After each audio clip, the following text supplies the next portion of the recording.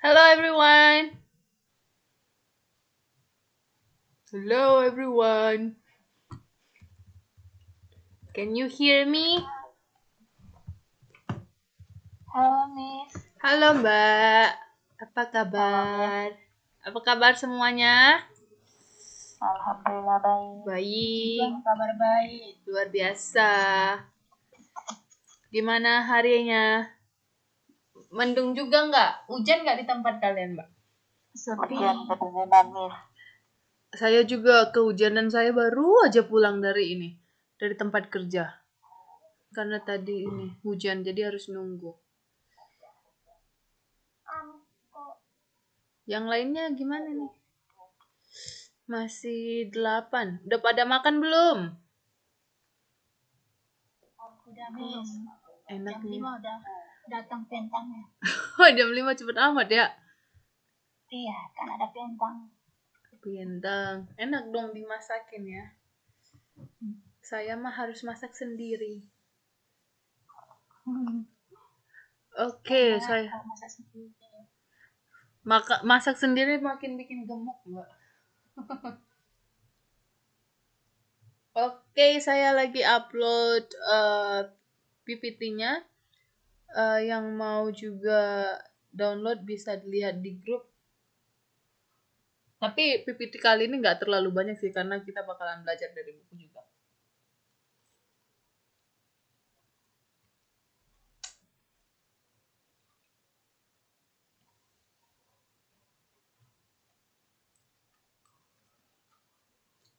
Can you see my PowerPoint?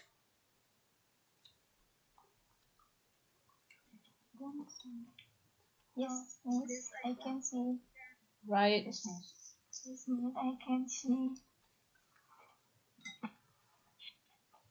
You can also open up your module page 7.2.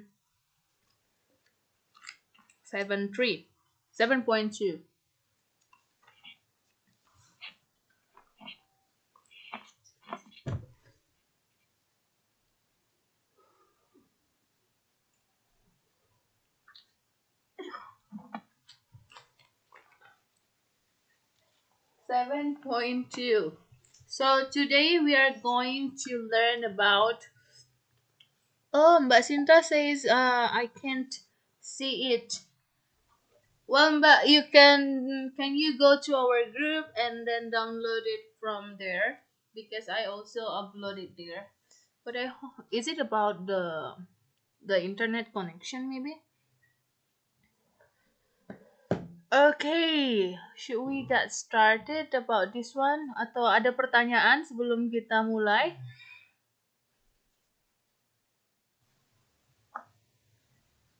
Ada pertanyaan sebelum kita mulai? Atau pernyataan? Oke, Mbak Sinta. Alright. So I guess we can get started. So today we are going to learn about understanding relations within the sentence.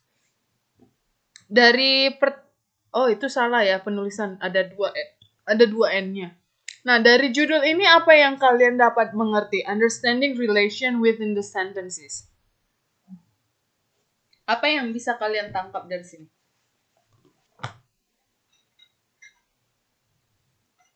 Coba ayo. Kira-kira apa ya? Yang kira-kira coba make a guess. Nah, kemarin kan kita udah mempelajari kayak prediction.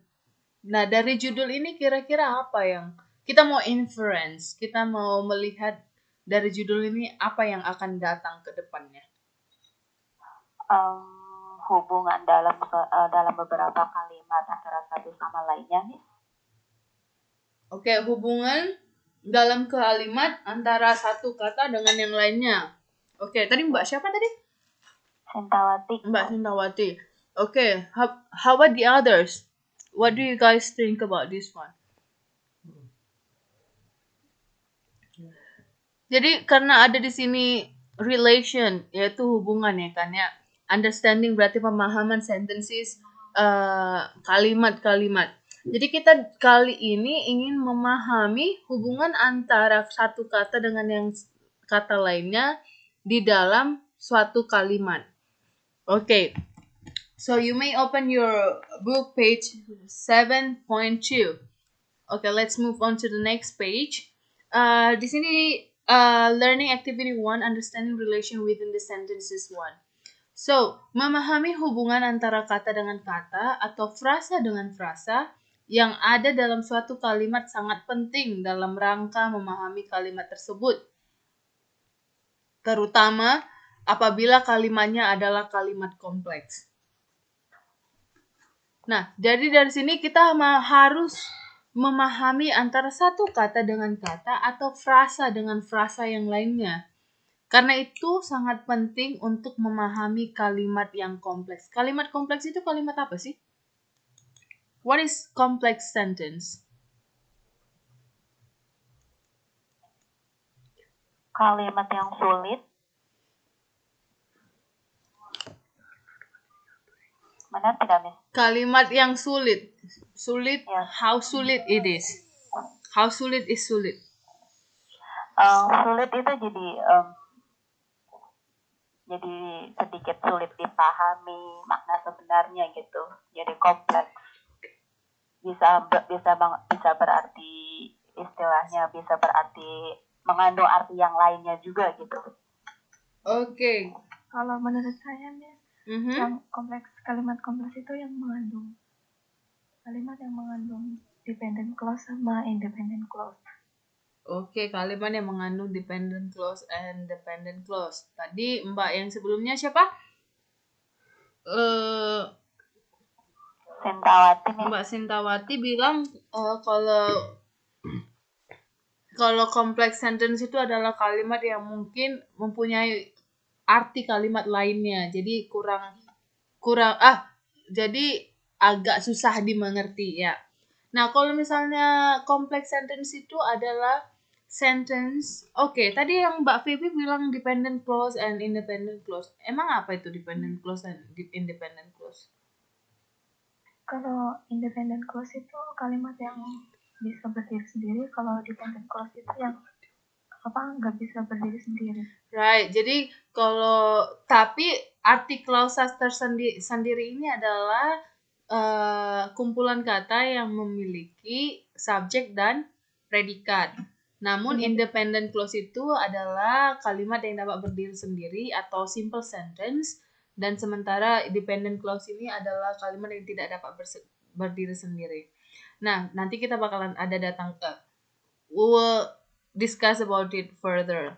And then here it says kalimat kompleks. Kalimat kompleks ini adalah kalimat yang terdiri dari satu atau lebih independent sentence dan ditambah dengan dependent clause. Jadi itu lebih kompleks, lebih komplit. Ada independent, ada dependentnya.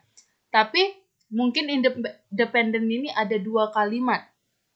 Lalu ada independent. Jadi independent plus 2 dependent, it is complex sentence. Oke, so di sini tadi sejauh ini tadi pemahamannya kita harus memahami hubungan antara kata dengan kata, frasa dengan frasa. Oke, frasa atau phrase adalah satuan yang terdiri atas dua kata atau lebih yang menduduki satu unit gramatikal dalam suatu kalimat. Dan frasa ini tidak memiliki subjek dan predikat. Ini kebalikan dari klausa yang tadi. Klausa kan memiliki subjek dan predikat. Nah, kalau frasa ini 1-2 kata tapi dia nggak mempunyai subjek dan predikat. Nah, yang dimaksud dengan unit gramatikal ini apa sih? What is a grammatical unit? Apa yang dimaksud dengan unit gramatikal ini?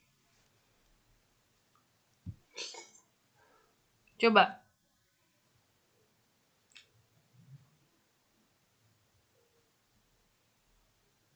Apa yang dimaksud dengan grammatical unit?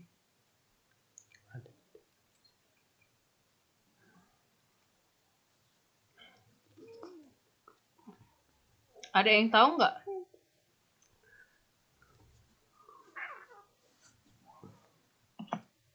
Belum tahu. Coba yang lainnya.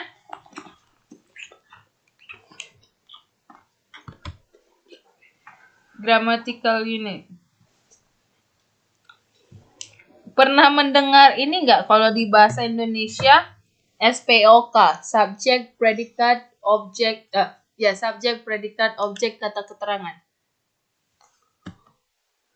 Pernah nggak dengar itu? Pernah. Nah, jadi grammatical unit ini adalah sama di bahasa Inggris juga begitu, subjek, predikat, objek, dan kata keterangan. Lalu dia frasa selalu menduduki satu fungsi kalimat. That's it. And then let's see the example of bagaimana sih maksudnya hubungan antar kata di dalam satu kalimat. Nah, di sini ada contoh 3 orang mahasiswa sedang membaca buku di perpustakaan. 3 orang mahasiswa sedang membaca buku di perpustakaan. So, di dalam kalimat ini ada 3 unit gramatikal. 3 unit gramatikal, yang pertama adalah subjek, yang kedua adalah predikat, dan yang ketiga adalah kata keterangan. Subjeknya adalah 3 orang mahasiswa, sedang membaca itu adalah predikat, dan buku di perpustakaan, sedang membaca buku itu predikatnya, di perpustakaan adalah kata keterangan. Jadi inilah yang disebut dengan grammatical unit di dalam bahasa Inggris. Nah, kita harus mengerti ini, hubungan si subjek, predikat, dan kata keterangan ini. Sehingga nanti kalau kita udah mengerti ini, jadi kita bisa memahami lebih lagi hubungan antar kata di dalam sebuah kalimat.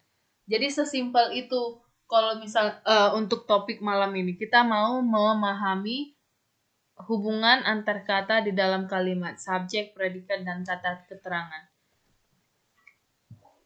So far, do you guys understand? Yes. Mengerti nggak? Mengerti ya? Oke, coba kita lihat. Nah, selain memahami yang ketiga ini, kita juga bakalan mempelajari tentang klausa. Tadi yang dibilang ada dependent clause or independent clause, atau klausa bebas dan klausa terikat. Now, a clause is a group of words that includes a subject and a verb. A clause function as an adjective, an adverb, or a noun. This gonna be, you're gonna learn about this one further in structure 1. Nah, jadi kalau misalnya clause ini punya subjek dan predikat. So let's see an easy examples of clauses. Nah, yang pertama itu coba dibaca Mbak Jahro. Coba dibaca yang pertama. Contoh yang pertama. During the day, sleep in a cabin. Oke. Coba yang keterangannya adalah the subject of this clause is flat, right? Flat. The verb is slept. Slept itu kata kerja kedua dari kata kerja pertama apa? Ada yang tahu nggak? Sleep. Right. Sleep, slept, slept, right? Lalu during the day ini is a praise because there is no verb. Jadi yang during the day inilah praise-nya. Lalu klausanya adalah flat, slept in the coffin. Tapi flat, slept in the coffin, is it a dependent or independent clause? Which clause is that?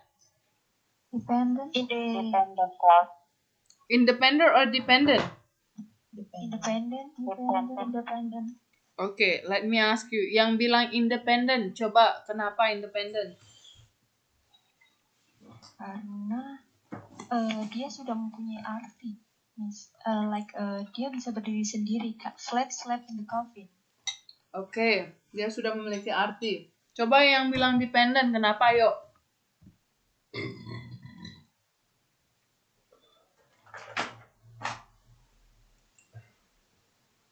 Yang bilang dependent, kenapa yuk?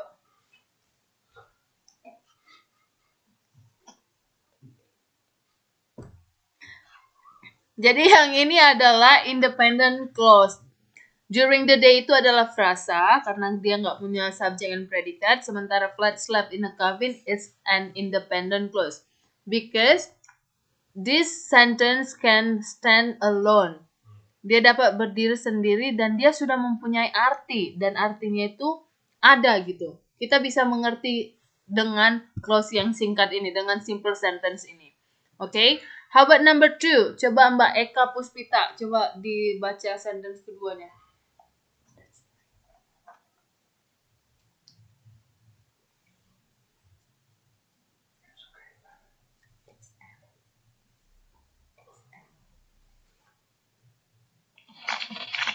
Coba Mbak Eka.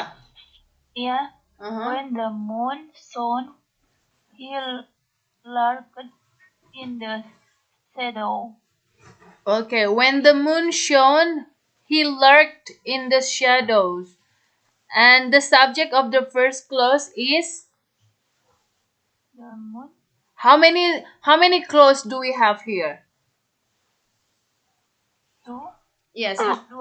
Dua. Yang mana yang dependent? Yang mana dependent clause? Yang kalimat kedua. Nomor satu atau nomor 2? Nomor 2. Oke, saya tanya yang dependent ya, nomor 2. Oke, why do you say nomor 2 is dependent clause? Ingat, kalau independent itu bisa berdiri sendiri dan mempunyai arti. Dependent tidak bisa berdiri sendiri karena dia tidak mempunyai arti yang lengkap. Sebab kalau di kalimat kedua, looked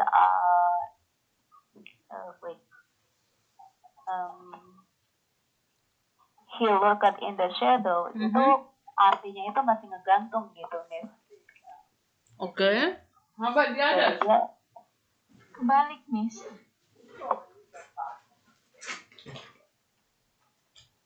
Kalau yang kalimat kedua itu kan dia ini. Oh, ada juga kalimat pertama, Miss. Kalimat pertama yang dependent itu. Yes, jadi kalimat pertama itu adalah independent. Karena dia nggak bisa berdiri sendiri. Kayak bahasa Indonesianya when the moon shone. Waktu bulan itu bersinar. Lah, lalu kenapa waktu bulan itu bersinar? Kan gitu. Kita menunggu selanjutnya gitu. Dia menantikan. Dia membutuhkan kalimat selanjutnya untuk mendukung si kalimat pertama ini berdiri. When the moon shone, tapi kalau misalnya tanpa si kalimat pertama ini pun kalimat kedua itu tetap bisa berdiri sendiri. He lurked in the shadows. What is lurked? Lurked itu bersembunyi. Jadi misalnya pun kita nggak ada kalimat pertama ini, dia bersembunyi di dalam bayangan. Itu kan masih ada artinya, dia bersembunyi di dalam bayangan. That's why the second sentence is an independent sentence while the first sentence is dependent sentence. Nah, the subject of the first clause is the moon. The verb is shone. What is the first form from the shone? Shine. Shine, right. Shine. Okay, the subject of the second clause is he and the verb is lurked. Right. Okay, number 3. The sentence number 3. Coba Mbak Junita.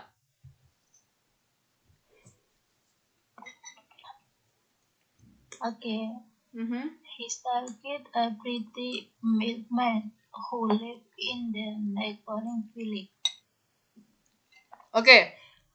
He stalked, itu stalked ya. He stalked a pretty milkmaid who lived in the neighboring village. Okay, how many clauses?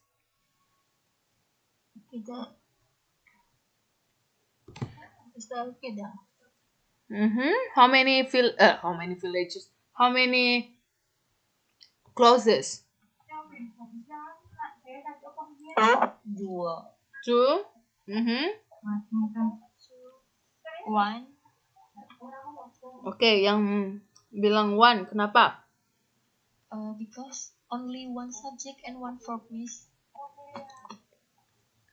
Only one subject. Is Which? talk. Okay, which one is the subject? Talk. Okay, he. And then the verb? The verb is talk. Okay, so we just have one subject and one verb. No, the subject is the subject are two and the verb also two. Right. So we have two clauses, right? We have two clauses. And what is the first clauses? Which one is the first clause? Is talk. So with a Right. He stalked a pretty milkmaid who lived in the neighboring village. Which one is dependent? The second one. Who lived. the second clause. Yes, the second one, the second clause is dependent clause karena yang dependent clause ini menjelaskan yang pertama kan. Tapi dia tidak dapat berdiri sendiri. For example, who live in the neighboring village? Who live in the neighboring village? We need something to yes, we need something to support this one. Jadi dia ini ada dua klausa. Yang pertama adalah dependent clause, dan yang kedua adalah yang pertama independent clause dan yang kedua dependent clause. Nah, the subject of the first clause is he. The verb is stalked. And then the subject of the second clause is who. Who di sini sama dengan he karena who di sini menjelaskan si he. Oh no, who di sini menjelaskan si pretty milkmaid. And then the second verb is lived. Alright. So let's see. Okay. And then let's see your book. Examples. Page 7.3. But I hope you don't see the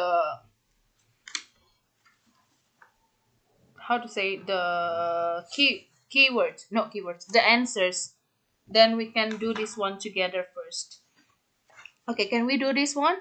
So now we want to find out which one is the subject, which one is the verb. I guess this one could be easier for you guys. What do you think? Kalian sudah pada tahu nggak yang mana subjek, predikat, kata keterangan, objek? Sudah tahu nggak di sentence itu? Oh. Okay, if I say I am teaching English right now, which one is the subject? Subject I. Okay, which one is predicate? What? Am teaching. Right, am teaching. Which one is object? English subject. English. And then which one is the complement atau kata keterangan? Right now. Yes, berarti kalian sudah pada mengerti. Dan di sini kita mau mencari si subject dan si predicate atau grammatical unit yang lainnya di dalam kalimat majemuk. Okay, let's start from the last one, Mbak Tika Resti. Try to not see the answers ya.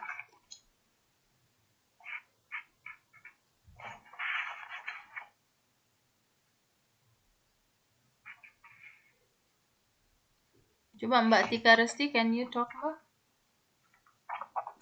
Oh, hello Miss. I'm sorry, I mute me. Okay.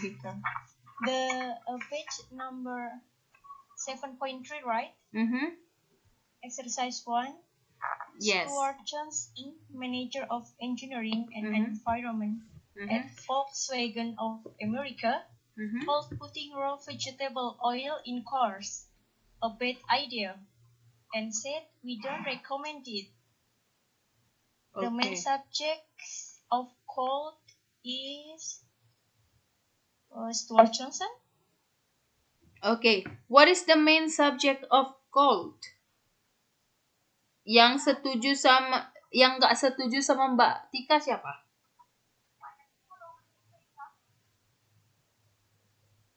Yang tidak setuju? Atau semuanya setuju?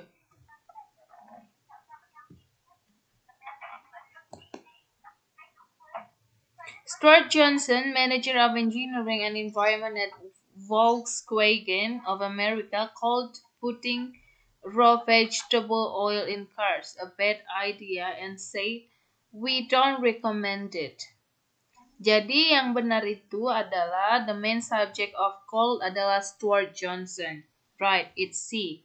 Oh iya, di sini udah ada jawabannya Apabila jawaban Anda C, Anda benar karena oke. Okay, let's see the second sentence. Nomor 2, Mbak.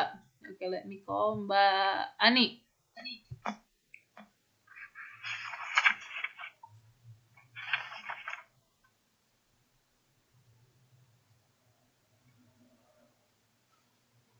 Ya, Miss. Ya, Yang Mbak. nomor mana, Miss? Nomor 2, Mbak.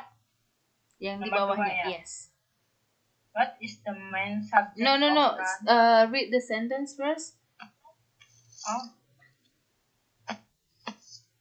Bukannya itu. Ya, many diesel. Yes. Vehicles gitu ya? Yes. Many diesel vehicles, particularly older model, run fine on cooking oil and do not need adaptation. He said, what is the main subject of run? A. Diesel vehicles. B. Many. C. Older models. D. Many diesel vehicles. Yang mana itu, Mbak? A. Diesel vehicles. Okay, let me read one more time. Many diesel vehicles, itu vehicles ya. Vehicles, particularly older models, run fine on cooking oil and do not need adaptation, he says. Nah, kita mau mencari subjeknya dari si run ini. Salah, Miss. Si. Sorry. Bentar dulu. Which one? Many diesel vehicles. Many diesel? Many diesel vehicles. So many diesel vehicles. That's correct. Jadi si many diesel vehicles ini adalah si subject. Sementara si particularly older models ini adalah si dependent. No, it's a phrase. Particularly older models run fine on cooking oil adalah sambungan dari si many diesel vehicles ini karena dia mau menjelaskan ini juga. Right, so number 2 is D. Alright, number 3. Coba Mbak Sri Indriyati.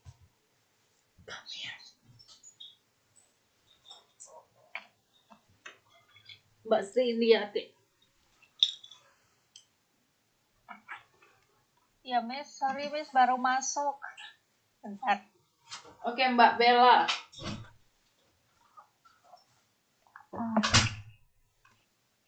A directive of the European Union stipulating that all fuel at the pump should contain 5.75%